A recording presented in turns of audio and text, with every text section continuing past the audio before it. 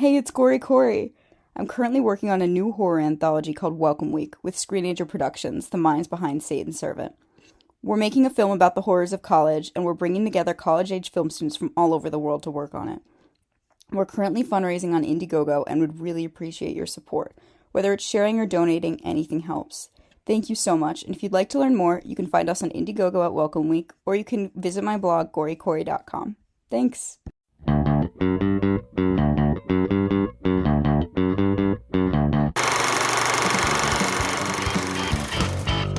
Welcome to Film Strip.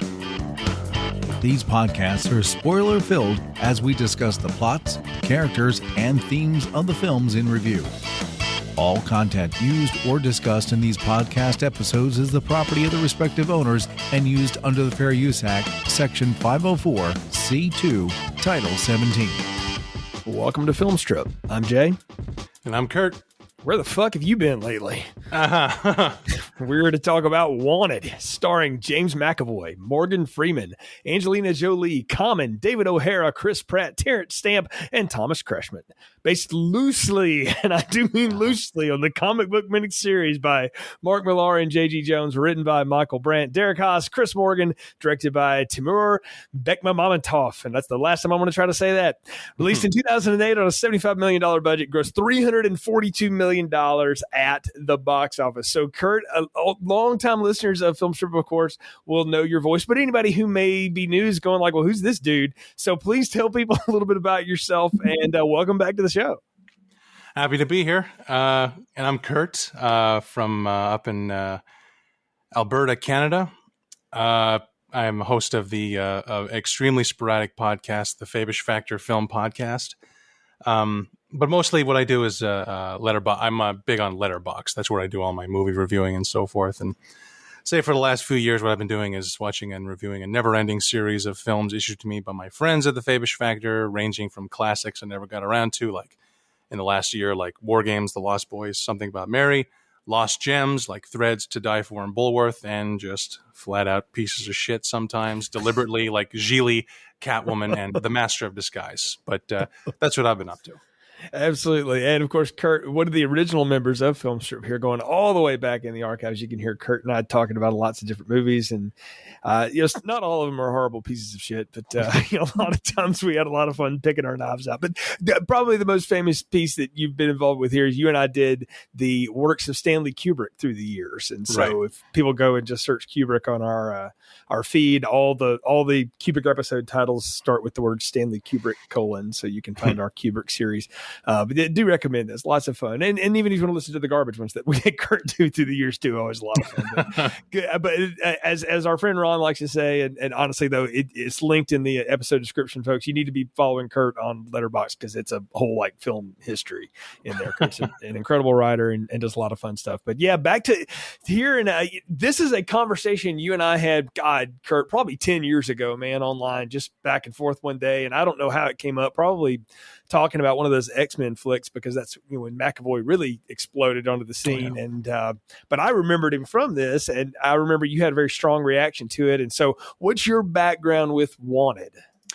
Well, okay, so it's summer 2008, very memorable time for movies. That was a summer where every other week, you go look it up, it's like every other week there was something to see that was worth seeing, even if you thought it wasn't going to be good. It was like The Dark Knight, Iron Man, Indy 4, Hulk, Speed Racer, Hancock, Wall-E, Hellboy 2, Kung Fu Panda, and in amongst all that is this movie, Wanted.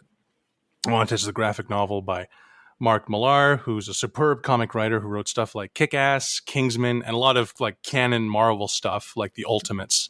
Yeah. And he also wrote, he's the guy who came up with the Civil War storyline, which was one of the few direct adaptations they've ever done in the MCU, like going after a specific book. And it's one of my favorites that they've done in that series. And one of the best things he did is he wrote Old Man Logan, which is sort of a alternate history, in the post-apocalyptic story about Wolverine. And that basically got adapted with a lot of changes, but that got adapted into being Logan. And it was, that's the first superhero comic book movie that was nominated for an Oscar for writing. So that's sort of level that Mark Millar is at. As for Wanted, I think the movie had come and gone. I saw trailers for it, but I think the movie had come and gone by the time I got around to watching it around 2009. Before that, I read the book because I think I was reading Wizard magazine. They talked about the movie, then they showed the book, and the book sounded pretty interesting. And it's an awesome story. Every comics writer has their story where they put a dark real world spin on a comic book universe where it's the Batman and Joker and Superman, but they change the names. And you get some good stuff with that. Alan Moore did that with Watchmen. Garth Ennis did that with The Boys, and Mark Millar did that here. He's done that a few times in other stuff like Kick-Ass and so forth. And the book is about a world where this is the pitch that got me excited for the book and the movie when I heard that it's a story about about a world where comic book supervillains took over the planet, killed all the superheroes, and erased everyone's memory of those villains and the heroes ever existing. And the villains secretly control everything that happens on Earth behind the scenes. Now, that is a pretty killer idea for a comic, and it's a nice idea for a movie. And the makers of the movie love that book so much, they neglected to use, for whatever reason, any of the cool stuff in it. And they replaced all the sci-fi, fantasy, comic book stuff with just sort of a James Bond Matrix clone. And the original stuff they came up with to replace the comic stuff just kind of boggles my mind in some places. Yeah, see, I knew none of that going into this in summer of 2008. I saw this in theaters. I didn't know who anybody in this was, except obviously Morgan Freeman and Angelina Jolie. I don't think Common was in the trailer, and it wouldn't have been the thing that drew me to the movie anyway. But what I saw looked like a really big, dumb summer action movie. You know, and in the midst of a lot of movies coming out, and you laid off a heck of a list there, I was like, you know what? This looks like the exact kind of movie where I could go in and turn my brain off and just kind of go with it, you know? Oh, yeah. And my wife saw the trailer too. She was like, yeah, let's go. And she's usually not one to go for big action movies. So I'm like, okay, we're going to take advantage of that. So we go to the theater, and I remember seeing it like on a matinee on a Saturday. And I remember thinking to myself in the middle of this, I'm like, man, this is really stupid, but it is kind of fun. And then I was like, that's really just kind of boring. Okay, now it's even dumber. Oh, wait a minute. I bet that's going to be his dad. Yeah, of course it is. Mm-hmm. And then, and then it just went, full crazy at the end. And I was like, okay, but it was totally worth it for the line where Morgan Freeman says, shoot this motherfucker and let's get on with our lives or whatever. And I was like, well, the theater actually erupted. Like, it was a small crowd, but everybody thought that was funny because you don't see Morgan Freeman do that. Like, it's Never. Just not, it's not what he does. He's played nefarious characters, but not that. I mean, this is when he's doing The Dark Knight, like 2 blocks over. That's right. This is all shot in Chicago. So, but I think some of the same road, from Dark Knight is in this. Exactly. But yeah, I didn't know anything about it. Again, I watched it, walked out, and I was like, okay, well, it was exactly what I thought it was going to be. Big, dumb popcorn fun, blah, blah, blah. And I've just caught it here and there. I mean, this thing had a rotation on FX for years, and I've just caught it here and there, pieces of it, through the years. But I don't ever think I've sat down to like purposely watch it start to finish again. But you and I had that conversation. You were like, man, it's nothing like the book it's based on or whatever. And the way you describe the book now is exactly the way you pitched it to me then. I was like, that sounds awesome. I do not want to read that because if I enjoy that movie in the least bit, it will ruin that for me. I will never be able to watch it again. And so I still have never read it. But I do understand that it's quite compelling. And I'm sitting here listening to you talk, and I'm going like, that sounds a lot like The Boys. And then, okay, it's the same, group of folks doing these kind of things. So, for sure. Yeah. And I'm not completely lost. I think that someday they don't come around to do this again. Probably more in that kind of stretched out television format, something like Amazon or whatever becomes of Hulu. I don't know that Disney will touch this, but somebody might. Netflix, something. But for this movie, I mean, again, I remember just going to see it, and only thing I ever really knew about the background of it was I didn't know who James McAvoy was at all. I have since seen him in so many things, some good, some not so good, but usually he gives a pretty good performance, even when he's in a piece of garbage. It was only years later that I realized this movie's also populated with a lot of other faces that I know from other stuff, through the years. And I'll try to point out a few of them as we get into it here, but I just remember this. And then the only background thing I read on it was Angelina Jolie specifically picked this because she had just come off of having a kid and several other like big dramatic things. And she wanted to do a big popcorn action movie. And this is what she picked. And I was like, well, okay. And that was pretty well all I knew. And yeah, so, going back to it though, after all these years, man, I don't know. It was different. I was like, okay, so where am I going to do this? And lo and behold, to me, didn't know it. I had actually bought this on Amazon Prime somewhere along the way. And I went and dug through my history. I'm like, come on, Amazon. How much did I waste on this? And I bought it for $5. So I don't feel bad. So it's, the digital version is cheaper than the DVD at the time, I guess. And the transfer is actually pretty decent. So I'm like, well, okay, because sometimes Amazon streaming can be a little wonky, but on this one, I was like, okay, it's fine. So at least I had access to it. And not that like it's not streaming in like 5 places right now anyway. So, you can watch it wherever you go. But yeah, like I say, I don't remember much about it up until, having rewatched it for this. And I just remember feeling like I was watching a Matrix clone. But at this point, Kurt, God, there had probably been 36 of those, Yeah. And I mean, not only in film, you had video games and, Max Payne, all that action. And so I had just become sort of desensitized to it because, spoiler alert, I only think the first Matrix is maybe half good, and the rest of them I have nothing for. Like if we ever got around to reviewing them here, it would just be me going, no. Like I never really went for those, and that makes me a minority opinion, I know, but I saw them all in theaters except for the last one. I didn't even bother. I don't care.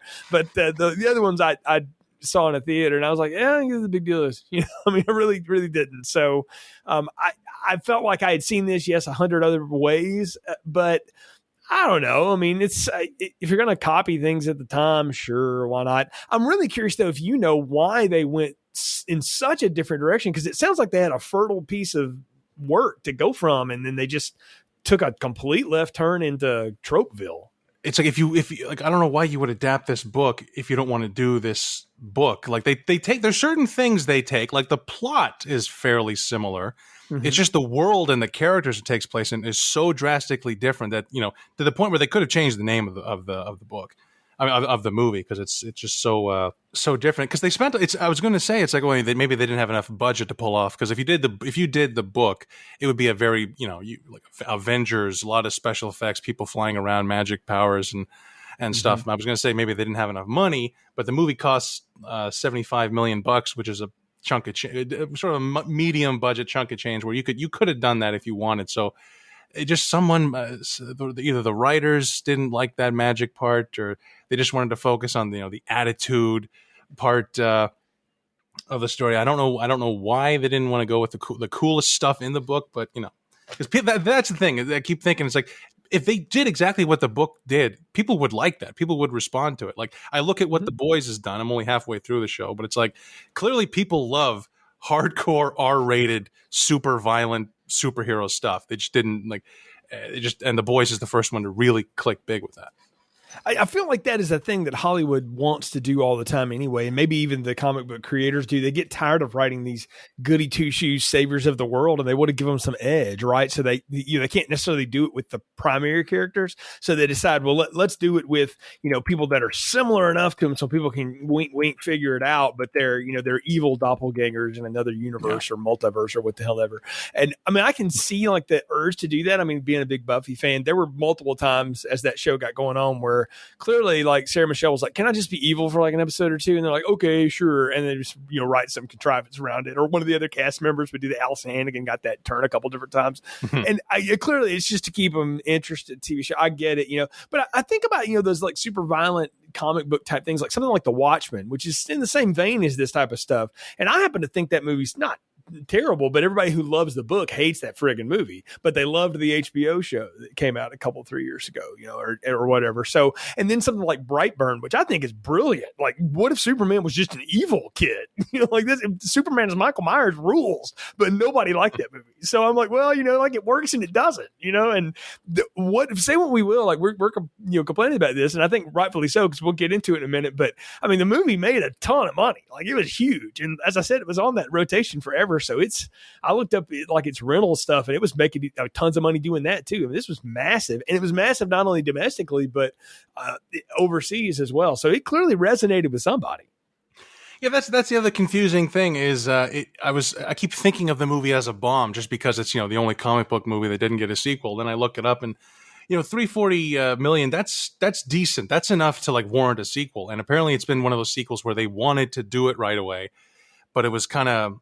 I'd just been stuck in development hell because I wonder, because like it would be ideal for like Netflix or Amazon or something to make into a TV show of some kind, and hopefully someday they will. As much as my whatever I think of this movie, I'd be totally in support of someone else doing an adaptation of Wanted again. Yeah, I mean, I think as we'll get into the plot here in just a second, the problem may have been that they wrote themselves in such a damn corner. There was nowhere to go. Yeah, I was just thinking that they made a little bit of a mistake by killing every single. It's a weird thing to do to start a franchise potentially, is to kill every single character off. Yes, yeah. Spoiler alert, everyone dies. So let me do the plot summary. We'll just get to how everybody dies. So James McAvoy plays Wesley Gibson, who is a nobody. Or so he thinks. His dad left him when he was born. He has a miserable office job. His girlfriend, who somehow survived her high school run-in with predators and aliens, hates him and cheats on him with his office mate, a pre-framed Chris Pratt. And he suffers from debilitating panic attacks. So he's constantly Google searching himself to confirm how big of a loser he thinks he is. But Wesley's wrong. You see, Wesley's the son of a member of the Fraternity, a group of elite assassins who use their elevated heart rates and intellect and all kinds of other skills to literally bend the laws of physics so they can accomplish their hits. Led by Mr. Sloan, Morgan Freeman, and guided by an automated textile loom that has some sort of divine power, the Fraternity executes orders on people to, quote, maintain the balance in the world, and that's what they tell Wesley. Fox, a female super assassin played by Angelina Jolie, who knew Wesley's father, seemingly rescues him from a man named Cross, an expatriate of the Fraternity who attacks him at a supermarket. Fox and her associates convince Wesley of his heritage and abilities, though it takes several beatings physically and mishaps, and he learns that he's there eventually to kill Cross, and the man he's told killed his father. But all of that is bullshit, because Cross is Wesley's father. Cross learned that Sloan started manipulating the fate loom years ago for personal gains, and he's left the order because of it. Wesley doesn't learn this, of course, until after he shoots Cross through the middle of an insane training sequence where we see Fox turn to kill Wesley, who narrowly escapes. Hell-bent for leather and revenge, Wesley attacks the Fraternity stronghold using rats wired with explosives and goes full Leroy Jenkins through dozens of the Fraternity. Finally surrounded by Fox and others facing Sloan, Wesley confronts him with the truth, and Sloan doesn't deny any of this, but he reveals to the other members that all of their names came up one time or another from the fate loom. So he simply altered things in their favor like anyone in power would do.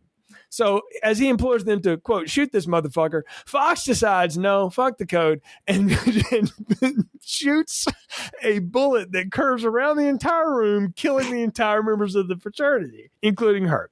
Sloan escapes, and Wesley is left alive, and now back to being broke and directionless. He stumbles to his old life, and working late at his desk because he somehow maintained his job after telling off his boss.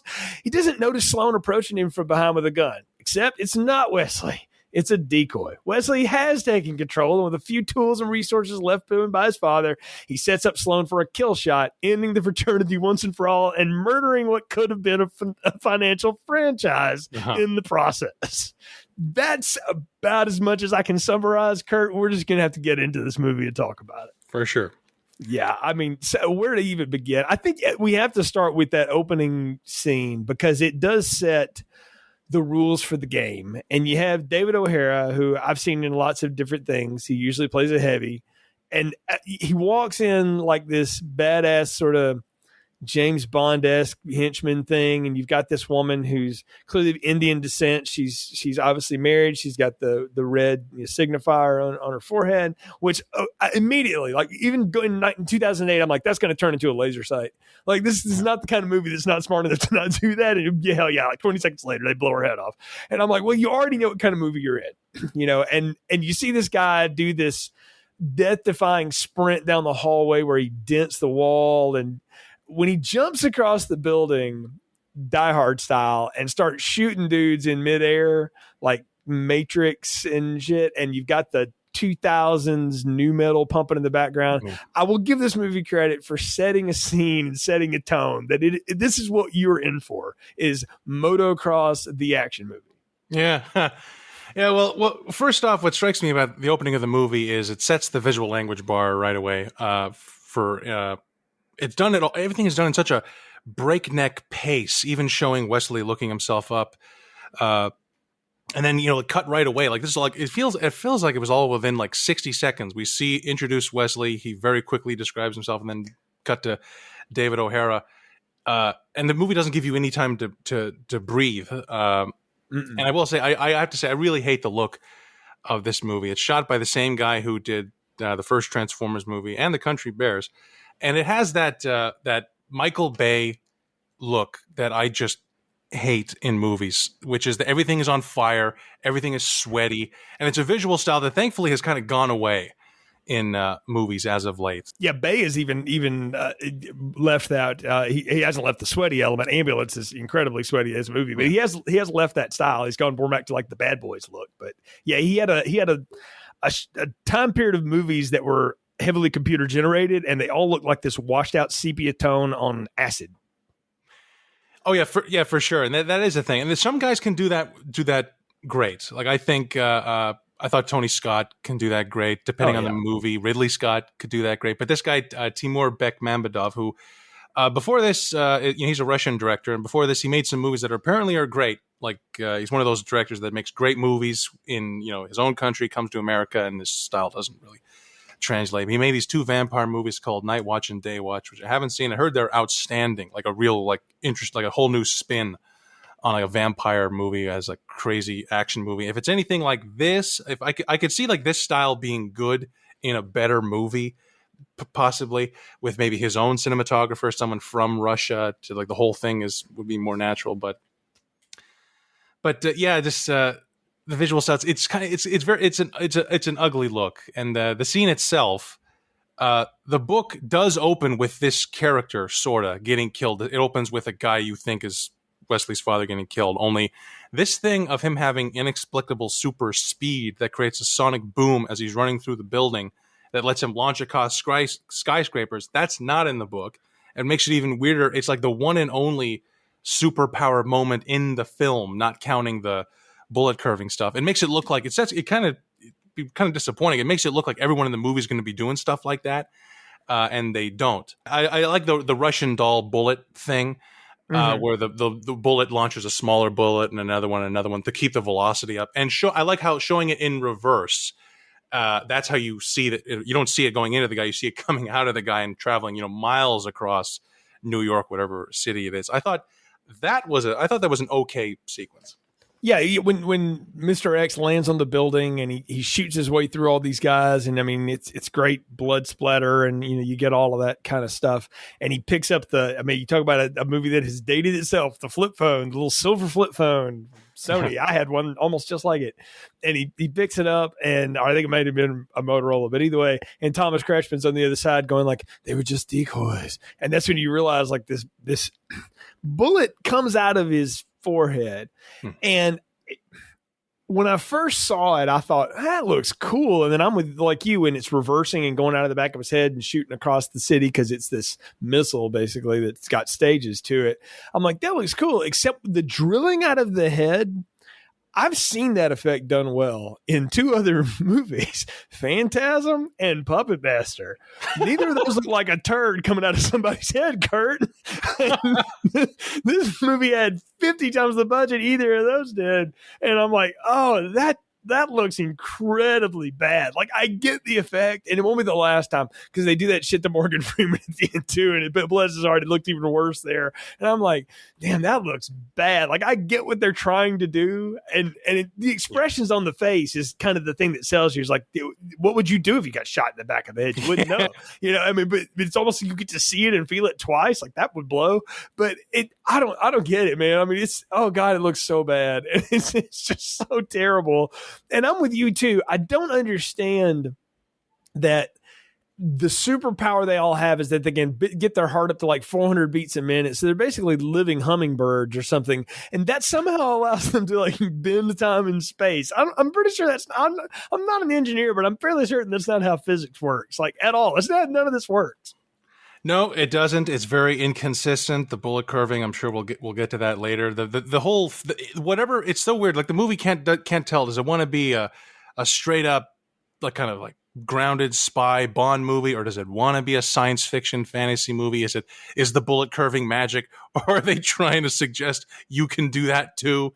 Because it's because they don't make it like a magic gun. They just like, no, you just Anyone can do Yeah, that. it's just a fancy like rifle that he's shooting out of, and most of them are just rolling around with Beretta 92Fs or Browning high powers or incredible Poser Desert Eagles. Like that's what this movie is. They don't have anything special. The gun that Fox uses, the shoot around or whatever they call it, that's got like a camera on it that'll shoot the gun around a corner or whatever. That's a real thing. That's like a real piece of tech.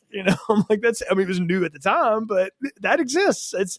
They don't have anything cool or space aged, or they didn't get it from aliens or predators or none of that shit. They can breathe really heavy and fast, and that makes them awesome. Okay. Like I don't mind a dumb movie premise. I want to be very clear about that. I don't mind dumb movie premises. I think dumb movie premises can be a lot of fun sometimes when they don't treat the audience like morons.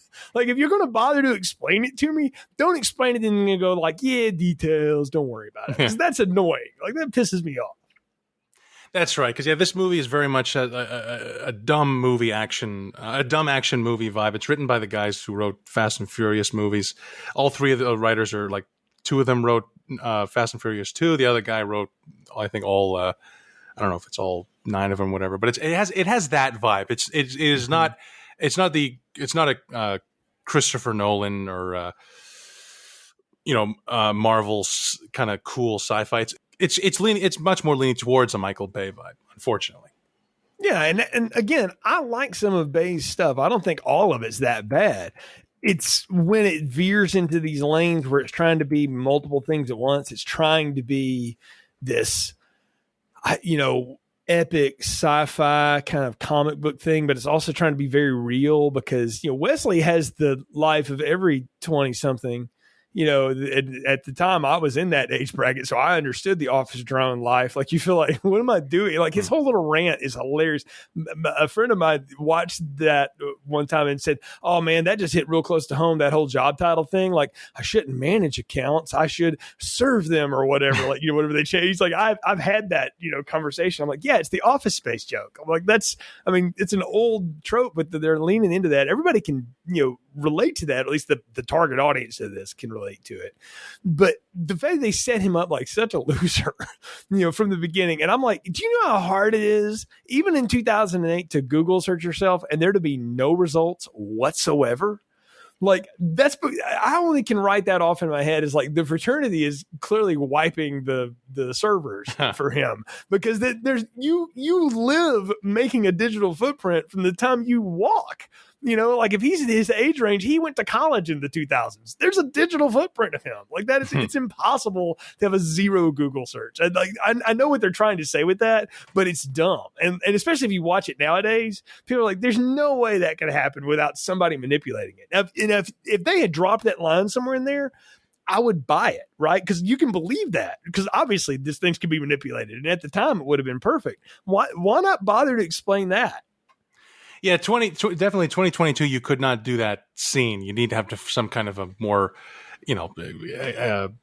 in-depth explanation of why Wesley is a loser. But for 2008, before Facebook, and I don't know if I can't remember if that was before Twitter or not. I think that's a quick 5-second way to how he thinks he's a loser, and good time to get into James McAvoy, who at this time was still trying to get off the ground in Hollywood, so to speak. He'd done a handful of movies that were successful in various ways, like Last King of Scotland, The Chronicles of Narnia. He was in one episode of Band of Brothers, and the big one that he did would have been the year before this, which is probably the best thing he's ever done for me, which is Atonement, which he gives an extraordinary performance in, and he's in one of the best sequences in any World War II movie ever, where McAvoy's at the center of this 5-minute unbroken take at the beach of Dunkirk, which paints a very different picture than the Christopher Nolan Dunkirk film. But that's another story. And I guess this is McAvoy's big break as a Hollywood leading man, and really his one and only attempt at being an action star. He would be Professor X in the X-Men movies after that, and he's superb in those. But he doesn't really do too much action in those. I mean, he's literally standing there putting his fingers to his temple and everything. But in this movie, he racks up a hell of a body count. Like splitting glass, especially glass, he does a lot of action-y stuff. I would agree. But I agree with you. He is not, because he's not an imposing figure. He's just kind of a small guy. He's not, miniature, but he's not big. Angelina Jolie looks like she's a foot taller than him, and could definitely kick his ass, which, that's a long list of men in the world. But he's a wimp. Like, that's the thing, is he's just supposed to be like this insignificant guy. And that's what he keeps saying. He's like, there's just nothing special about him. You look at his home life, his girlfriend's, fucking Chris Pratt behind his back, which I'm like, man, well, Chris Pratt, man, you talk about somebody waiting for a break in Hollywood. Like, yes, I'll do your bare ass shot. I will look sweaty drinking Power Horse or whatever the hell that energy drink shit is. Like, I'm like, yes. I'm like, but he comes off exactly as that kind of bro. Like, everybody knew that guy, and the offices I worked in, we all knew that dude. You had that friend, and he's a stereotype. And I'm like, well, this movie is full of these stereotypes, so fine. Like, I didn't have a problem with any of that. It's when they're at the supermarket piece here, and we're going to go through all of what goes down. He's been in there before. He's back in there again. And first, I don't know how the heck he's doing anything. He didn't have any money, but whatever. So he's in the supermarket picking up another prescription or whatever for his panic attacks, and Angelina Jolie just strolls up to him. And I don't know about you, Kurt, like when I go to the local CVS, if somebody stands next to me, I get like really weird. That was before COVID. I'm like, what, excuse me? Like, what can I do for you? And she just starts carrying this whole conversation with him out of nowhere. And it's a good time to talk about her though, man, because say what you will about Angelina Jolie and some of the performances she's given through the years, some better than others, but she never fails to make an entrance when she wants to in a movie. Like, and I think she knew exactly what kind of movie she was in and just hammed it up the whole time and looked like she was having a good time doing it. She's never said anything bad about the movie, so apparently she enjoyed it. Yeah, I think Jolie's actually pretty good in this. What's interesting is in the book, they actually went out of their way to draw the main characters to look like specific actors. Wesley is actually drawn to look like Eminem. And Fox is actually drawn to look like Halle Berry, which realistically she probably could have been in this movie if Jolie turned it down. But Jolie's pretty spot on. Like that's the kind of like they're going for that level of like in the book, who's the hottest female movie star that would be good for a lead in this. Not that many books do that kind of thing. But Jolie's a strange movie star for me. I think she's a brilliant actress who rarely does brilliant films. Amazing performances and stuff like Girl Interrupted, where she won the Oscar for Best Supporting Actress. And then later that in this year of 2008, she was nominated for another Oscar for Clint Eastwood's Changeling, which is my favorite performance of hers. And that's a killer, underrated movie nobody talks about anymore. And here it's in the book, there's not a whole lot with the character in the book. And in the movie, it's pretty much the same. It's kind of just a generic Trinity from the Matrix action heroine. But if you're going to do a character like that, Angelina Jolie makes it interesting to watch.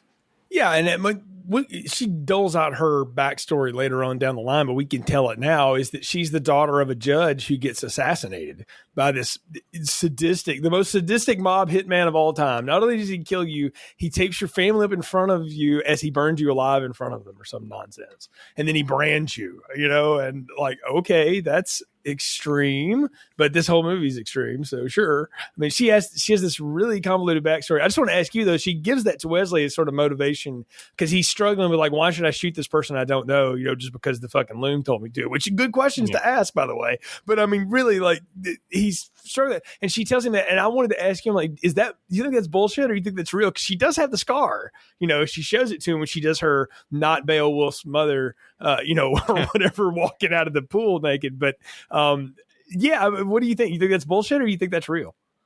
I never thought of that. I mean, it's a hell of a involved story to be bullshit. I'm guessing it's a true story. Her motivations are kind of it's like they didn't know what to do with that character. Like they set her up as a sympathetic character, and then they make the twist of turns out she's one of the bad guys, and you're waiting for the moment where maybe she joins up with Wesley to take on the bad guys, or maybe she's going to be the main heavy or something, and then she just she shoots herself in the head.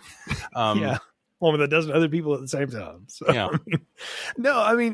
But before all of that, we do get what I will say is a really fun scene, and it's fun because Thomas Crashman is playing this as Terminator-like as he can. without being imposing physically, but he is just very stoic and silent, kind of guy. And he's shooting the hell out of this, Cheerios boxes and stuff. I got a kick out of watching it, figuring what they actually got licenses for and what didn't in the movie. Like, oh, that's the generic. They got the license for that. Probably own that, and just figuring that out. And then, him and Jolie are hurling bullets at each other and literally into each other at the supermarket.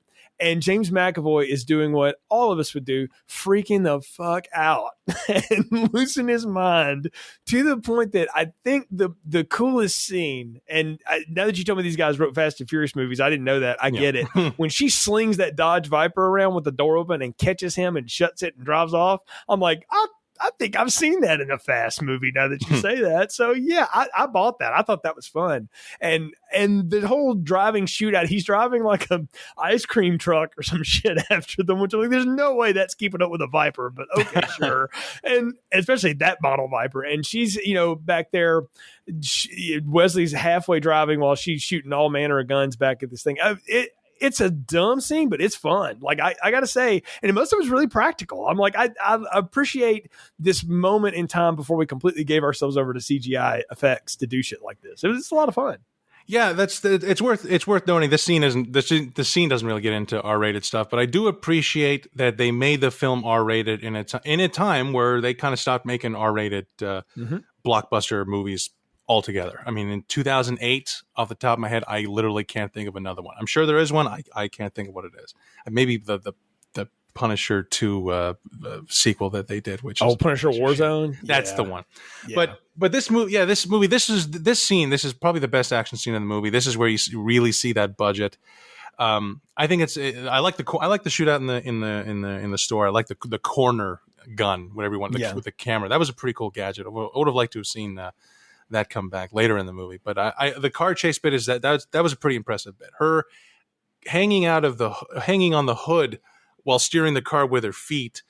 And I can't remember if Wesley's the one, pumping the gas, but that was a hell of a visual. That is a pretty classic Angelina. Like it works. That like Angelina Jolie makes something like that work because she's so straight faced in that. But even though there's no way a person wouldn't actually die in real life if they did that, that's the whole thing with all the stunts and stuff, is like in the book, it's explained with everyone has superpowers. Like that's Wesley's thing. His thing is he's literally, they changed the name, but he's Deadshot. It's like he's just thing is like, or he's just a crack shot whatever he does. And Fox is fairly similar as far as just a crack shot. In this, you got to go with just movie logic because they don't give a different explanation. Well, the one they give, it comes up in the next scene when he wakes up the next morning. He's at the fraternity flop house across the street from wherever he lived or whatever in Chicago there, and they never come out and say it, but it's obviously Chicago, and so they're telling him, you need to shoot the wings off the flies. And I'm like, well, okay, we're just steering straight into crazy land now. Like, what are we here for, movie? And Common's got to put a gun to his head, which I'm like, if this was written for Eminem, Common pulling a gun on Eminem, I could buy. Not that Common's a violent man, but I'm sure he thought about it once or twice, because who the hell hasn't at one time or another, including Eminem himself. And Wesley, has his panic attack. And give it to McAvoy, man, some good physical acting. He gets that vein to pop out of the center of his head and stuff. Like I have to run a lot of miles very fast uphill to make that happen, Kurt. I'm like, well, I'm impressed, bro. Good acting. And he squeezes off a bunch of rounds, and the fly sure enough survives, but there's no wings on them. And they give this line about like all that blood pumping that fast dumps all this adrenaline into your brain and allows you to move at a speed that is faster than the blah blah blah. And that explains all of it. So I can only say for Fox's abilities there is that she's just doing the adrenaline bump at the time, and that's what's going on. But the fact that is their entire superhero power, that and that they have like the wax bath of all time that you can heal from, which is really great if you have cracked skin. I'm not sure it can heal broken bones, but okay, Buffy logic. And they heal fast, and they can shoot beyond belief, and they can do all this super accurate assassin shit because they have this ability and they're part of a very special unit. And this is what I call like the dangerous coaxing of Wesley Gibson that has to go on here. We have to convince him to do this. And going back to what we said earlier about the Fox story, you know, inside of every really believable lie has got to be some truth, right? Like I think about a movie like The Usual Suspects, and when you know the twist of that movie, that Kevin Spacey's character, by the way, spoiler alert for a movie that's really friggin' old, but that we also reviewed a long time ago. But anyway, when you realize that he's making most of that shit up on the spot, at least the details of it based off of what's in that room, but what he's telling you is what happened. He's just leaving out all the names because that's how he covers it, or at least that's how I read it. I'm like, maybe in every lie there is a little bit of truth, and I wonder how much of what they're telling him is true, because they got to get him to believe something he can actually prove and see. Like, Wesley, yesterday you couldn't shoot the wings off flies, now you can, you know, and all that kind of shit, just to get him to go along with this, because what they want is they got to kill Cross, because he is apparently the baddest of all the asses that are in this fraternity was the Cross, and they need to take him out because he's gonna rat them out to, I don't know who you would rat the fraternity out to, but I guess there's somebody to rat them out to. Yeah, this is where it really starts to diverge from the book, because in the book, the one thing that the movie does that you know adds to the book that's not in the book is all of the Office Space style stuff, like like having the best friend work with him at the office. That's not in the book. The way he quits is a way better scene in the movie than it is in the book. It's very quick in the book. He just literally, there's this thing, he just throws up his papers. They tell him to, you know, tell everyone to fuck off and leave. And in the book, they make it a whole scene where he breaks it down. And, you know, with like McAvoy's performance, his emotion when he's screaming, "Shut the fuck up" at her, and his just face is so beat. I've never seen an actor's face get beat red in a scene. He's not phoning it in. He gives a good performance in this movie, and I do like that scene. And I love the stylistic bit of him smashing the keyboard into Chris Pratt's face, and the keys going across the screen saying, I think what it said, "Fuck you." Fuck you, but the U's are Chris Pratt's teeth. That's right. And then, I thought that was an all right bit. And actually the shooting the flies, that actually is straight out of the book. Okay. Which is it's I mean, it plays better in on the page as opposed to a movie, because it doesn't really make sense of like how do you shoot the wings off a fly without killing the fly, without burning the fly, without, I mean, I don't know what, but again, it makes it's in the book, it's a thing of him, they're trying to introduce to him that these are your powers, that you have the power of just, you know, you're a bullseye with everything that you do. And in the movie, it's like, well, it looks like everyone has that. They kind of make everyone have just the one guy's powers, because that was the thing in the book, is like everyone is meant to be a sort of a, you know, adaptation of another character without changing the name. Like Fox is sort of Catwoman. This character of Sloane is called the Professor in the book. He's very much Lex Luthor. And like it's a very sci-fi heavy world. Like the fraternity is not a big empty, you know, warehouse where they got a loom. It's this underground specter, villain, injustice society lair. And Sloane, Morgan Freeman, this is definitely an addition to the book, like I said, because a big thing with the plot is who the villains are. It's confusing in this movie compared to the book. In the book, it's like the supervillains took over the world, and it's about this one supervillain called Mr. Rictus, who they name drop in the movie as some guy who got killed. They give some dead body that name, but Mr. Rictus is like a stand-in for the Joker. And he's very much written like exactly like the Joker, like Mark Miller's version of the Joker. And he's a much more charismatic character than Morgan Freeman plays. So, and it's about how that character is like, you know, no matter what you do, villains will try to screw somebody over. And when there's no one but villains left, they'll screw each other over. And it's about this sort of basically this Joker character trying to kill off all the one group of villains so that his group of villains can survive. And in this, the plot's, it's confusing. We haven't gotten to the loom of destiny yet, but even though I just watched the movie a little bit ago, it's like it's confusing somehow. Yeah, I'm really not. I haven't figured it out yet either, and I've seen this, you know, a couple of 3 times. And before we get to that, we've got to say, like, the seduction of Wesley Gibson, though, they hit him with everything that he could possibly ever want, right? They give him this overwhelming sense of confidence finally that he does matter and he has something, so he is able to tell his boss off and nearly decapitate his friend with an ergonomic keyboard, which was an awesome scene. And he checks his bank account where he had $14 the day before, and now he's got like $3 million or whatever, because they transfer all of Cross's assets to, which they just give him Mr. X's money. We find out later, because Cross is hanging on to his dough. He didn't cash into that Bitcoin shit. He just kept cashing under the table. But, you know, fortune favors the brave, I'm told.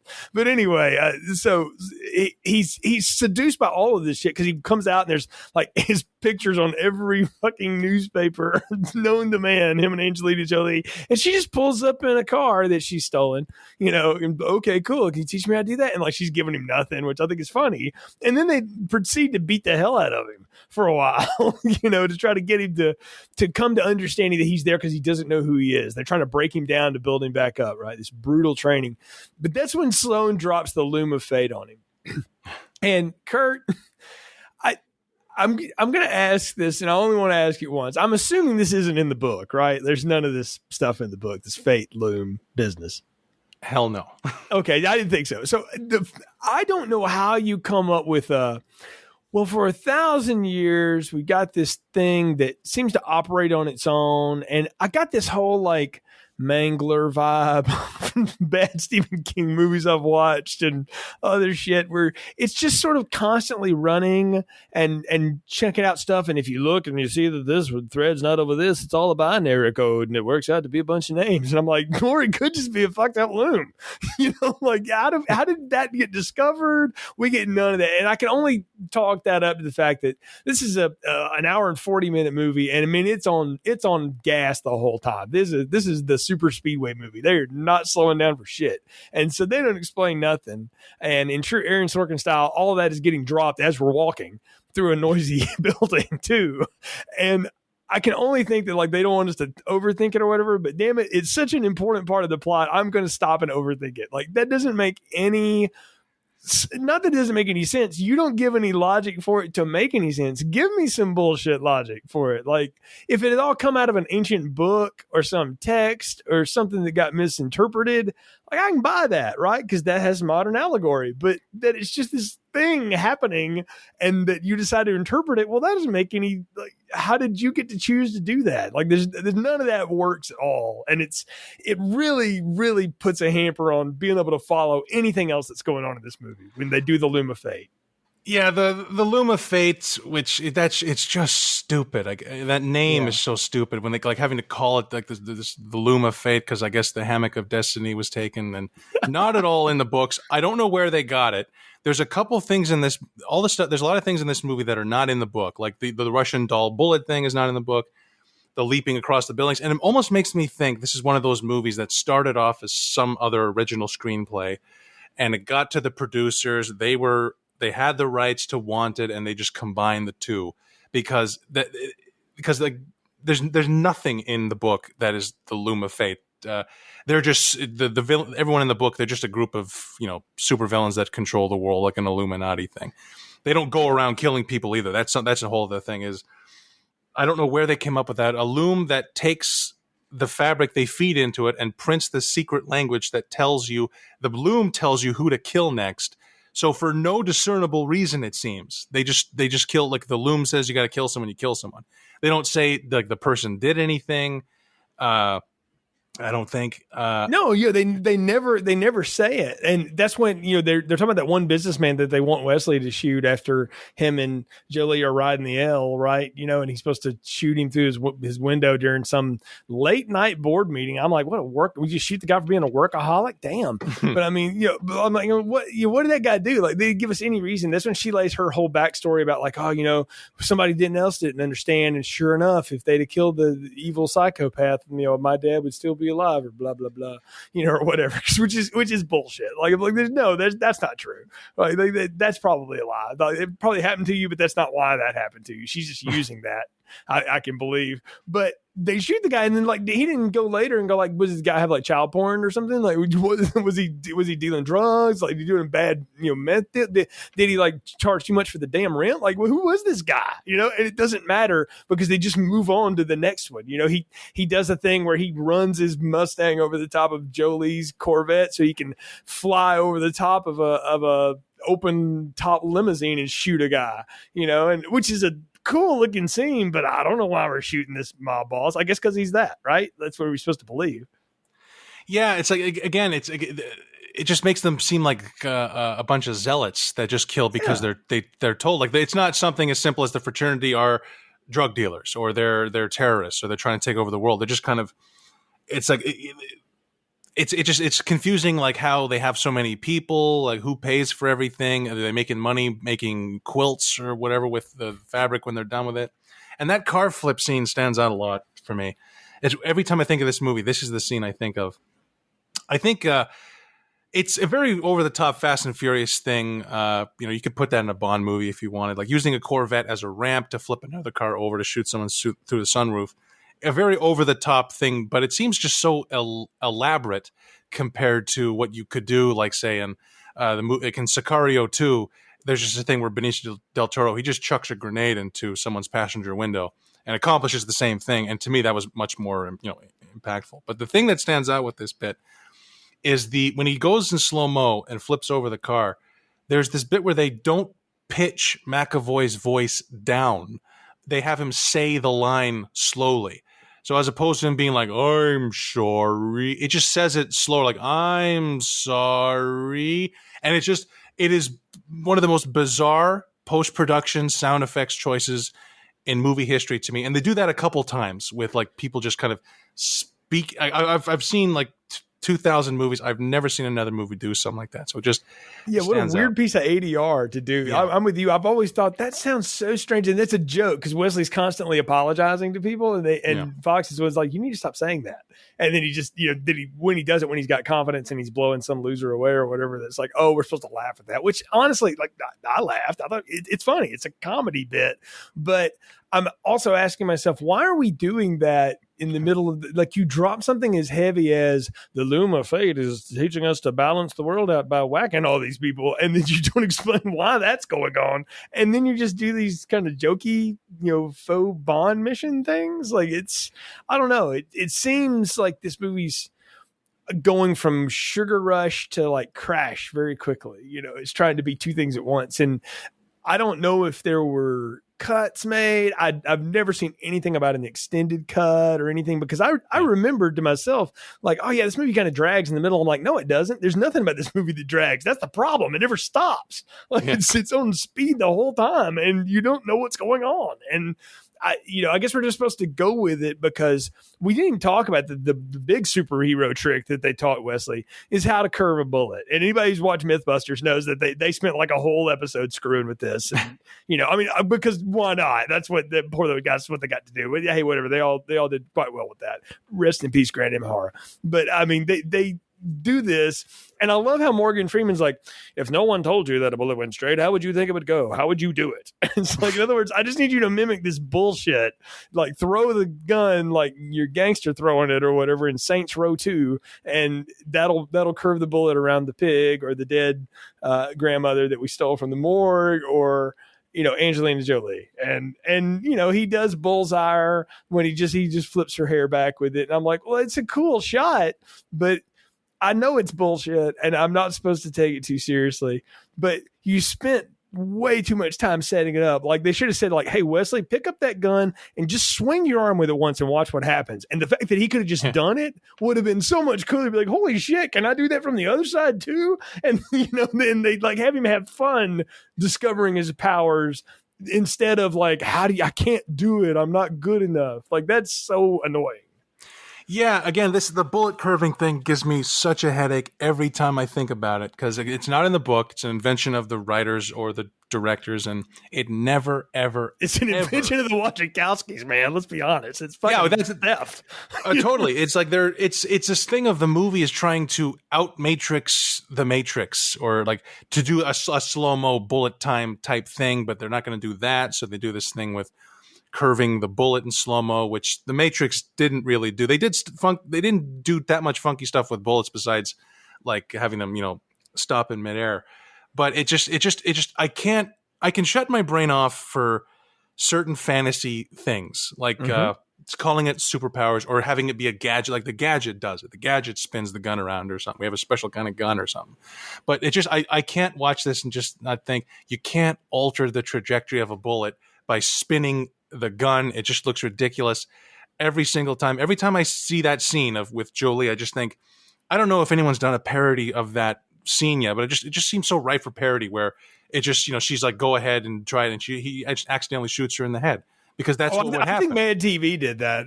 I'm pretty sure they did. One of those kind of shows would have done that. SNL wouldn't do it, but Living Color, one of those kind of shows would have done that completely. If you had done this in two other contexts, I would have bought it. If Bugs Bunny had picked up a gun that had a curved barrel on it and shot it like that, I'd have bought that.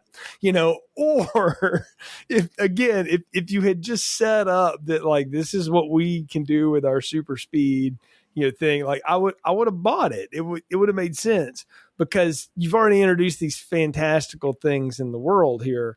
But the fact that he has to practice at it doesn't make any sense. He's not Luke with a fucking lightsaber. All right. Like he can be Mary Sue and pick the gun up and do it once. I don't give a shit. Like this movie's not that smart. Like, stop doing that, because you're not explaining the things that need explaining, the loom and why you're doing this and where all your money comes from, and you're spending 10 minutes on him trying to not shoot a pig, and it's ridiculous. I don't know. I mean, it's dumb, and it wouldn't be such a hard thing to swallow if they don't spend the rest of the movie doing this shit, and if it's not in the climax of the movie too, as we'll get to. But yeah, it's just, I'm with you, man. It annoys the hell out of me. And I'm glad it's not a part of the book, because I was like, there's like, I can even imagine if you wrote that, it would be way more compelling than what they show us. What they show us is just so dumb, Yeah, it's just a shame that if this were a random other movie, like if they did this, something like this in like the Suicide Squad or something, they would have one guy, that's his thing. He can do that. But to have they make it the crux of, that's the whole selling point of the whole movie's action is, dude, did you see that the bullet curving movie? Like that's this movie's entire hook. And it's just, I think it's a dumb hook. It is a dumb hook. It is a dumb ass hook all the way around, because it's a one trick pony. Because once you've seen it and you've seen it happen, well, now it's not cool anymore. I mean, there's two reasons they didn't show a lot of dusting on Buffy the Vampire Slayer, except when it really meant something. One, it cost too much money every time they did it, so they're trying to save a little dough. And second, Whedon was right about this. If we show it all the time, it's never going to mean anything when she dusts like something that matters. So when something gets dusted, it's because you're supposed to see it. Like the first few times, so that's how the physics work. Every time else, you just need the sound. And then the audience will substitute the visual for themselves, which is true, right? Like, I just think they didn't need this. It would be almost like they could have done it so much more like, and this is a bad movie, but Colin Farrell as Bullseye in Daredevil, and that movie's garbage, but he is awesome in it. And like, if he had been the guy that could do that, like, I can buy that. Like, yeah, I'm okay. If he's Deadshot, if he's Bullseye, sure, I can go with that. And if Fox is the female version of that, cool, sure, no problem. But like, you could even made it like, Cross was my dad too, or some nonsense or whatever. And he gave me up to the judge, or what the hell ever she said. But this movie's not that smart, and it's not going to take that kind of time, because it just keeps going. But it's all leading up to this, and we're skipping through a lot of stuff, but it doesn't matter, because it's just a bunch of shooting and killing and bullshit. and we haven't even talked about it. Danny Elfman does the score, man. That was the thing I did not remember. When I saw his name on the screen, I was like, what? I was like, look, I think of Danny Elfman doing a lot of stuff. Faux nu metal is not something I thought he had in his repertoire, but by George, he delivers it. Yeah, so that kind of blew me away. I didn't notice that. Doing all my write up for this show, I didn't notice until like a few minutes before recording, looking up the Wikipedia, that Danny Elfman did the score, because there's no way in hell I would ever guess. Because I'm not a fan of this. This is definitely a mid 2000s, late 90s thing of that nu metal, hard rock, constant guitar, as opposed to some kind of orchestral theme. The movies were moving away from orchestral themes around this time. It's like, certainly away from like hummable themes, like, the Dark Knight, the Hans Zimmer. They either have Hans Zimmer where you can't remember it when it's over, when you leave in the theater, or you have you use soundtracks and songs, or you use this like this sort of blasting rock soundtrack, which maybe some people are fans of. I'm not a fan of it. It's like it just seems like if you're gonna get I don't know why you get Danny Elfman to do that. You could get an actual band to do a score like that because Well, moreover, you've got the Nine Inch Nails song "Every Day Is Exactly the Same" in there twice. Like, why didn't you get friggin' Reznor to do this? I guess this is maybe before he was doing those, but I mean, he does incredible work, and his cohorts do incredible soundtracks. But, geez, man, they messed up. We could have got Charlie Clouser. Saw had been out at this point. Like, he would have killed on this. You get Danny Elfman to do this. It's a choice. I mean, that's for sure. It's not one I would have gone with, but it's all leading up to we're going to get Cross on the train. It's time to go to the train, right? It's his mission there, but of course we know Fox is there to kill Wesley after he kills Cross, and I got to say it's a pretty good action scene on this train. I've seen this scene replayed a lot of different ways.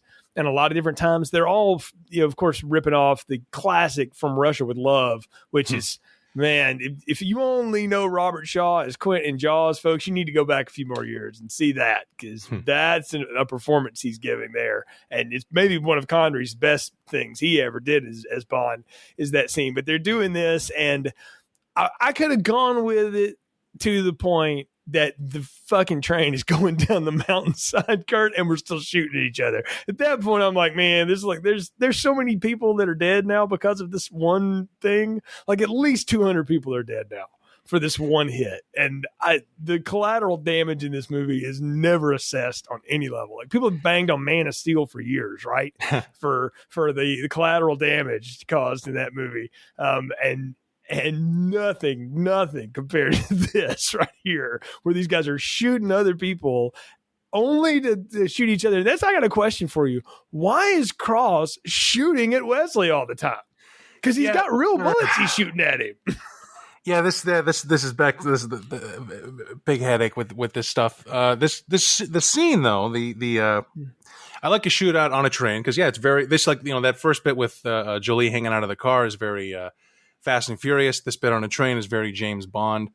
I think it's a decent action scene, although I think there's a lot of action movies like this where it's like I know they put as much work into the stunts and the planning of these scenes as like James Cameron would do, but when you don't have James Cameron directing it, it can look like shit. And that's what I think with at least this scene doesn't look as cool as it could have been. Like, I got vibes, it made me think, Skyfall did a better train shootout thing a few years later, but it's not bad. But yeah, that bit of I forgot about that watching it. And the train goes off. I'm watching it. Like, did they show everyone getting off the cars that go off the bridge? Because it's like that's an extremely brutal thing to do. Is it was 5 or 6 cars go right off the cliff. Everybody's dead. Really brutal for a movie like this. And yes, Cross. This is first off, I hate the bullets hitting one another. They did that in the Suicide Squad, but they very much set it up. Or these are the only 2 people on the planet who can do that. They only did it once. They do it a couple different times throughout this one fight, and I think it's just like the bullet curving. It's just too silly. This twist of the Wesley killing his own father that happens in the book. But in the 6-issue miniseries, the whole last issue is this dialogue scene with Wesley and his father, where Wesley is being asked to kill him, and like this, it's very this sort of suicidal, guilt-ridden thing. And in this, it's Wesley kills his father without even knowing who it is, and it's this really dumb movie logic thing where it's like, he's shooting at him. And it's one of those movie logic things where in the supermarket, why didn't he just yell out? And the answer is because it's a movie. But why didn't he just yell out, "Hey, Wesley, I'm your dad. Don't shoot. It's me. I'm your father. Let's talk." And this woman over here is just trying to, but she's going to end up betraying you. She's one of the bad guys. But he doesn't do that. And so it's like if he just waited an extra 30 seconds, his father would have explained this, and instead he shoots him in the chest and kills him. But I thought that's pretty stupid. I mean, it is. And I read something at the behind the scenes that was like, oh, if you watch it, actually, Cross is not shooting at Wesley. He's shooting at Fox. She's just getting around. I'm like, oh, shit, she's not even in the train half the time. Now, she does a pretty cool stunt to get to the train, which is kind of awesome. She does a Mission Impossible stunt to get into the train, which I was cool with. But when Wesley's falling down out of the train and Cross has got him and he's pulling him up, and Wesley's free hand has his gun in, and that's when he brings him up and he shoots him backwards and launches himself back into the train. But it's almost like he realizes immediately, because he can sense Fox bearing down on him with that pistol of hers, and he's like, that was my father, right? He's like, yep, your name came up. And then wisely, he does shoot the glass out from underneath himself so he can fall to his death. I mean, to live. Did he use his dad's body as a surf board or what? Like, I'm like, man, like, there's a scene in Grand Theft Auto 5 where you jump off of a train that you crash over a bridge like this, and it's not nearly the fall. And I question, like, at that point in the video game, like, could anyone have actually survived that? But at this point, I'm like, well, does he get his heart beat up enough it didn't kill him? Like, what happens? And we should say the way that they found Cross was they found Cross's bullet maker, played by Terrence Stamp. Who, what the hell are you doing in this movie, dude? So I guess you're just like, yes, I'll take your check, sure. Because he ran. I mean, he's in for like 2 days, but he sets up the meat, and then he's the one that rescues Wesley and puts him in his own kind of wax bath concoction in what we find out is Cross's apartment, which was across the street from Wesley's all these years. Yeah. I forgot Terrence Stamp's in this. That's because he's in it for like 3 minutes. Like, yeah, you blink and you miss him. So. Yeah, and it's it brings up the confusing thing of a certain lack of plot to the whole movie, because I'm thinking about it. It's like any other movie, there's a MacGuffin, there's something to go after. There's like whether it's like the whole thing is about, I don't remember. They don't really focus that much, as I recall, of like we're doing this all to go get Cross.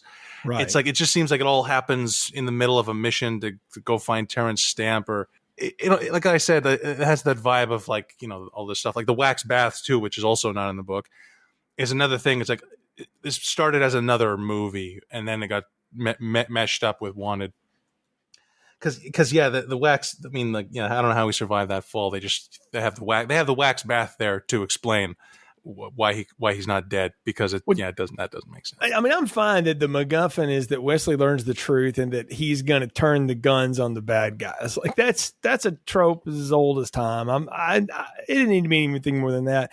It's just the how we get there that I'm like, you just dropped these little Back to the Future-esque script 101 plot nuggets in there, like the wax guy at the fraternity that Wesley ends up shooting when he's chasing Cross once, because he comes out of nowhere at him or whatever, and they can't save him. He's the one that has the idea of putting old Casio watches on his pet rats with peanut butter and bombing them. I'm like, what the fuck? Like, that's this random piece of information. But I'm like, well, that's Chekhov's rat, so clearly we're going to get that. And so Wesley, we've seen Wesley, though, go through what we know now as Mr. X's apartment back at the fraternity, and he read everything about his, quote, father, so he could learn what he needed to do to kill Cross. Well, he gets the same thing again, because Cross has like a hidden crawl space in his apartment with all of his guns and money and shit, so he can, do what he needs to do. And so Wesley just does the same thing again, except it's told an even shorter montage this time, and we see him he's at a grocery store buying all the peanut butter. Which I'm glad he got it before it all got recalled. But, he got all the peanut butter, and then he makes a big peanut butter trap for all the rats so he can rig them with bombs or something, because it's all about coming back to this ending here and crashing a garbage truck full of rats into the fraternity and letting the rats do most of the work. And then, as I believe I aptly described, Wesley goes full Leroy Jenkins into the fraternity. And if you don't know what I mean by that, folks, just look it up on YouTube. But it's basically the video game idea of you just take all your weapons out and you just jump right in the middle and you just start pulling the trigger and you see what happens. And Wesley shoots his way through this place pretty impressively. I got to say, shooting the one guy in the face and then dragging him along while still shooting out of the back of his head was a nice touch, because you wanted that guy to die hard, because he was such an asshole anyway. It's like, well, yeah, that guy needs to get shot like 50,000 times while we're shooting all of his friends. But the problem with it, Kurt, is I don't know who the hell any of these people are, except for that guy and the big fat guy with the knives. And I know how he's going to die. And I'm like, what, like, I don't know who any of these people are. I don't care that he's whacking all these people, right? Because there's no reason for me to. They haven't been set up in any way at all.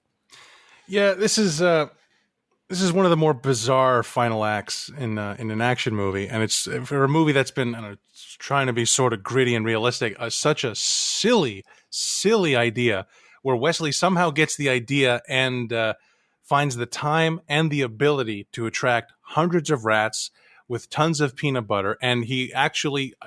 They should have shown this. This is like it'll just show him doing it once, strapping watches and bombs to every single one of hundreds of rats, load them into a garbage truck, crash it into the frat HQ, launch the rats at everyone. And it's this. They should have just. I would have just cut that out and just cut to him. With he's already got a tank. He's got a helicopter. Because for one, it's a ripoff of the Penguin scheme in Batman Returns. Only it's rats instead of penguins. It's also a ripoff of Rapid Fire, the Brandon Lee action movie. Is fucking bad too. It's awesome too because when he wades through everybody, it's like, oh hell yeah. I mean, I've seen Schwarzenegger do that shit and it worked because you believe it. Like this dude doing that makes no sense at all. Yeah, the sprint through the warehouse. I like the idea because in a movie where the movie's been so slow-mo heavy up to this point, they change it up. They completely change the language of the movie for this very crazy where he's not just running, he is sprinting through a warehouse, blasting through everyone, picking up their guns as he goes.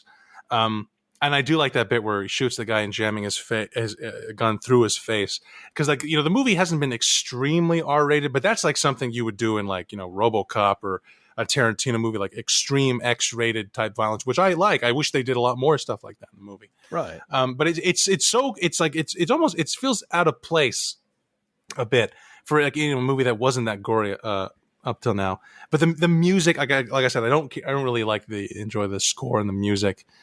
And the pacing of it is it's just too fast to enjoy. The editing is too rapid fire. I think another Mark Millar comic that was adapted a few years after this, the Kingsman, did this exact same kind of thing of the chaotic, one-man army shootout. They did it so much better with Colin Firth in the church because, I mean, that's one of the top 10 action scenes in any movie for me because the camera follows him and like we don't cut at all. The camera just stays with him and you understand everything that's going on. Lots of good, the language of it is so well done. And this, it's like I can see what they were trying to do, but it's a bit too messy. Yeah, it's incredibly messy, and all it is so that he can get after Sloane because he's constantly screaming Sloane, because he's coming for him, right, while everybody else is lining up, and he finally gets him in the library or something. I don't know. It's something where I guess that ghost is going to jump out at the beginning of Ghostbusters because it's all hell at this point. But all the other, I guess, faced assassins that we've seen, particularly Common, who's a gunsmith basically, and Fox pop out, and they've all got him dead to rights, so he doesn't have anything to stand on anymore. And here comes Sloane, and Wesley's telling him like, look, Sloane's been lying to y'all. Look, I've got his name. It came up on the loom, whatever. And because it's left for him in his memoirs and, or his father's stuff. And Sloane starts picking up paper, and I love how he's doing it like the teacher at the beginning of Hiding Out, where she's like pissed at everybody's bad grades, and she's just throwing their tests on their desk and shit. I was like, yeah, your name came up too, and so did yours, and yours did after I did the act the other day on Dark Knight. And this is a much better movie than this piece of shit, but the zeros on this check are real nice. Don't you think so, Common? I like your songs. And, I knew your father once, Angelina. He's a wacko. He's just, he's just doing bullshit in the room. And I love how I'll give the credit to this is like usually the bad guy tries to talk his way out of it. Like Lex Luthor would have tried to explain to you why he was right. Sloane didn't even bother. He's just like, so what? What did we do that made everything so much worse? We're all rich. Everything's cool. If you're in power, you ain't ever going to give up power if somebody tells you to. And that's a true statement. And so I'm like, oh, okay. I mean, like I get it. It's as lazy a motivation as any other bad guy's ever had, but sure, at least it's not some land deal, like he's trying to buy California or something. So yeah, why not? I mean, I get what he's saying. I'm not saying I'm on his side. I'm just saying like I get his explanation. What I don't understand is how the words "fuck the code" from Common are the signal to Fox to, yeah, baby, take us all out. Like, did they work that out ahead of time? Like, if I ever say this is like my safe phrase. And you know to put the goodbye bullet in, because that's what the fucking bullet says that's going around the room, you know, and shoots everybody in the head. I don't understand what motivates them to do that, because based on the information they've presented, they should shoot this motherfucker and keep moving on. Yeah, this makes the plot and the motivations of the villains just kind of confusing, because it's like Morgan Freeman is the twist is, as like the villain twist is, they're still going around killing random people, but just not when it's us. It's like I'm trying to figure out what makes him a greedy, like a scumbag. It's like we're killing everyone, but just not us. And that's that bit. A total waste of Angelina Jolie in the climax. I don't know why they wouldn't try to come up with a fight scene or something with McAvoy, because this is because it's an okay character, but this made me think the character was a complete idiot zealot, because she would rather follow the code to the letter and commit suicide than take it out on Morgan Freeman and like just shoot him and just survive and, you know, being wanted too. But that scene is one of the more bizarre, kind of climactic. It's like, you know, Star Wars has the Death Star blowing up. This has, thank God everyone was standing in a perfect circle. Perfect circle. And in this, nobody thought to duck when they saw her with the way she was pointing the gun, because it again, the bullet curving never makes sense, and it really, really doesn't make sense here, because the bullet doesn't just go on an arc; it just goes in a perfect circle, somehow goes through everyone's head, doesn't stop or at anyone's head, but it stops at Fox's head. That's where it stopped. Because by the movie logic, technically the bullet should have just kept going around in a circle for the end of time, the way the bullet was going. Yeah, it was on a perfect line the whole way. It's like a perfect concentric circle the whole way around. And it's not like all of them resign themselves to their fate. Like only her and Common drop their gun. She throws her gun to Wesley. And everybody else has got their guns trained on Wesley. Just they're not fast enough for her bullet or something. Like doesn't make sense, like at all. Like in a movie that's nonsensical anyway, like this is just dumb. Like it would have been all different if they all dropped their arms, you know, like they were all resigning at the same time. That's a message you're sending. But she just outfoxes them. Oh God, I just do that. But I mean, really, like this, it's dumb. It's a dumb, and then like you say, it stops in her hard head. Okay, sure. You know, but I mean, yeah, it doesn't matter because he's trying to shoot Sloane and Sloane gone.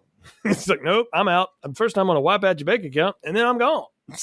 So he took care of that, and then Wesley stumbles back to, you know, his life, we think, at the end of this. But I mean, I don't know what happens, and I also don't know how this abandoned warehouse that's now on fire near the river isn't on the news with like 50,000 dead people inside of one building, Jim. 12 with a strange bullet wound, film at 11. You know, like that, like how does nobody know any of this happens, right? Like also the city's rat problem seems to have solved itself. City commissioners are baffled. Like that would have been like, this is the kind of movie that could have had dumb news inserts like that, like a RoboCop or RoboCop 2. Oh, yeah. And it would have been good, right? Like Paul Verhoeven would have known what to do with that. Like this is they interject wrong humor at the wrong time here. For sure, yeah. A lot of this, like that thing of the bridge going off the cliff, that would be on CNN. That would be like there'd be such an investigation about something like that.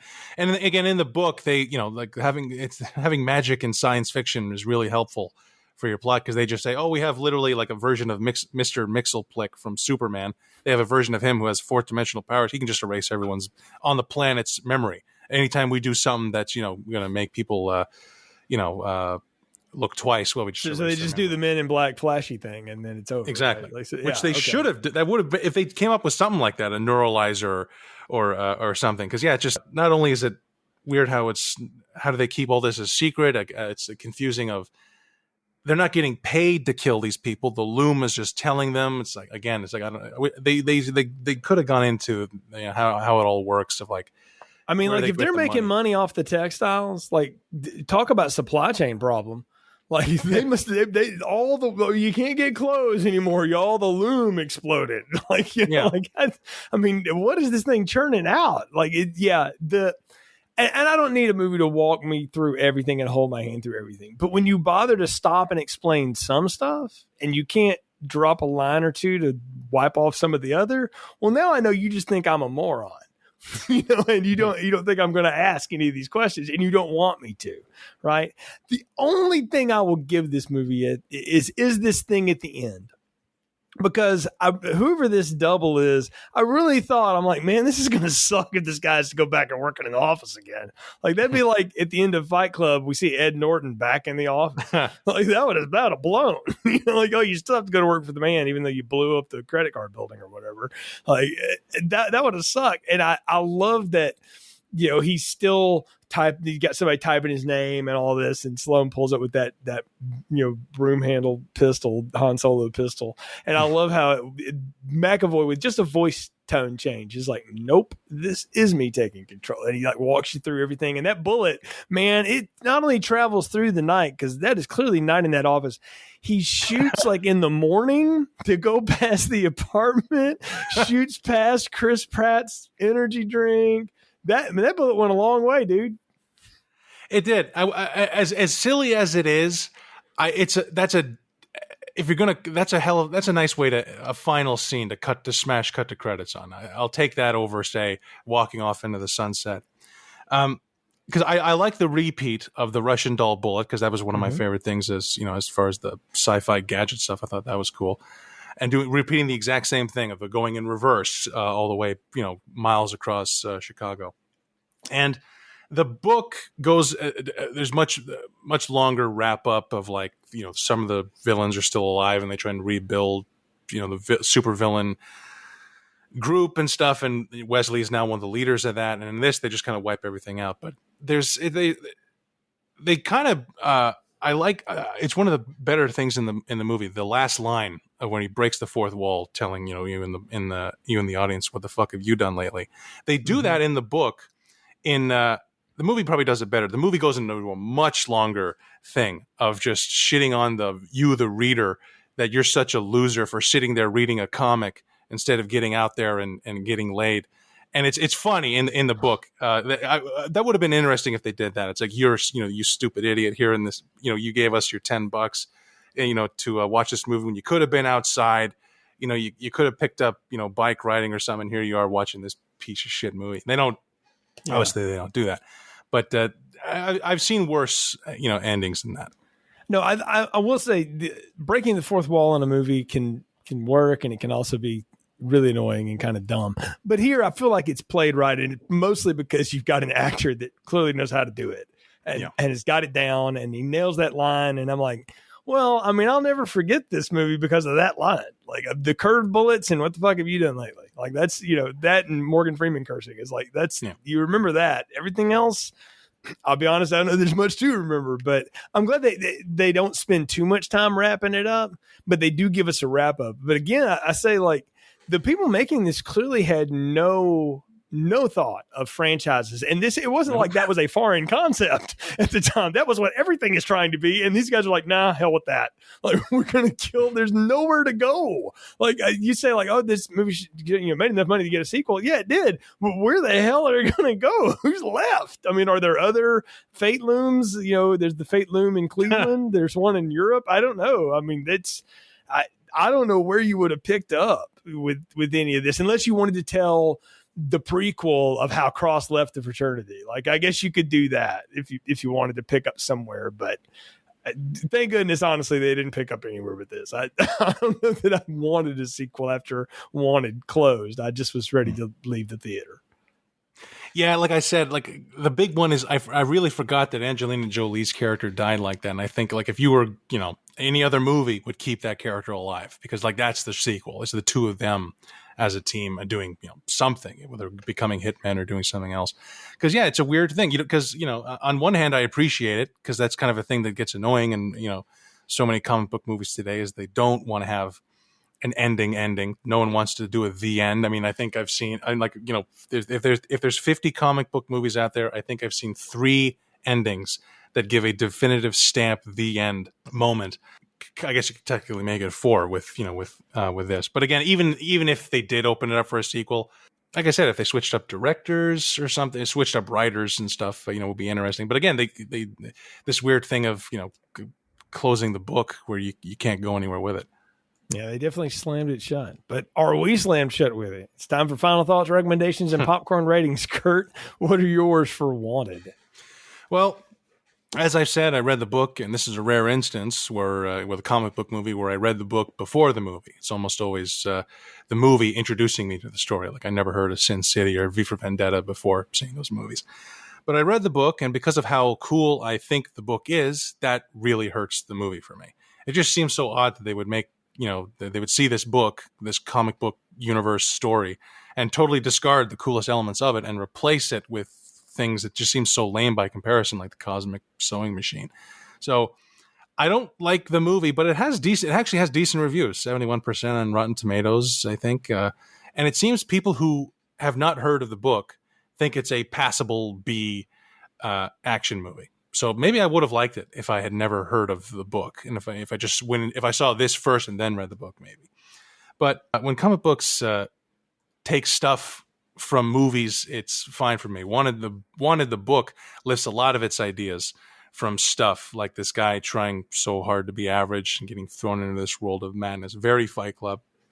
But the movie takes all of its cues from other movies like Fight Club and The Matrix. Only Timur Bekmambetov just doesn't have the slickness of the Wachowskis that they did in those movies. I think a more reliable director like a Matthew Vaughn, who knows how to slow things down for character moments, would have done a way cooler action movie, which he did with the other two big Mark Millar adaptations with Kick-Ass and Kingsman. The actors are probably the best thing in the movie. It is a strong cast, and James McAvoy and Angelina are good in this movie, as they always are. But there's a samey quality to the whole movie where even if I haven't, it just feels like I've seen all of this before. Especially probably if you try to discover the movie now, it's really going to feel really played out. I don't like it. This movie hasn't really aged well in that way. So I think Wanted, it wastes a great opportunity to make a way cooler and crazier film if they adapted the book properly, and winds up being a very average and mostly below average action movie, and it gets a small popcorn from me. Yeah, I think you summed it up right there. Again, having no connection to the book before, during, or after this, I just thought, okay, cool, sort of R-rated twist on a comic book idea. Sure, I'm game. Adrenaline pumped action movies. Sure, I like those. I will give a lot of those a good fair shake, even when they're as paper thin as anything. It's when a movie does what this one does, which is the whole insult your intelligence thing, where it's like, I'm going to explain some things to you, but I'm not going to explain the things that really would have made any of this work to you. That I realize I'm watching something that's in the hands of people that don't know what they've got and they don't know what to do with it. And it's only saved by the fact that you've got actors in it who clearly understood what kind of movie they were in and gave it a whole lot more class than it deserves. And that's top to bottom. Like, the whole cast is really good in this.